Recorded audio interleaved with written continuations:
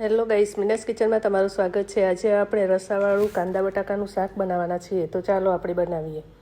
રસાવાળા કાંદા બટાકાનું શાક બનાવવા માટે બટાકા અને કાંદાને આ રીતે કટ કરી લેવા અને પછી કુકરમાં 2 પરી તેલ લીધું છે। તેલ ગરમ થાય એટલે તેમાં રાઈ, જીરું, હિંગ, હળદર નાખી કટ કરેલા બટાકા એડ કરવા અને પછી કાંદા કટ કરેલા એડ કરી લેવા। પછી તેને સારી રીતે મિક્સ કરી લેવું અને પછી તેમાં મસાલો એડ કરી લેવો। લાલ મરચું, ધાણા જીરું, સ્વાદ અનુસાર મીઠું નાખી હલાવી લેવું અને 1 ગ્લાસ પાણી નાખી કુકર બંધ કરી 4-5 સીટી થવા દેવી। આપણું મસ્ત મજેદાર ટેસ્ટી એવું રસાવાળું કાંદા બટેકાનું શાક તૈયાર છે। તે ખીચડી, રોટલા, ભાખરી સાથે ખાવાની ખૂબ જ મજા આવે છે। જો તમને આ વિડીયો ગમ્યો હોય તો વિડીયોને લાઇક કરો, શેર કરો અને ચેનલને સબસ્ક્રાઈબ કરો।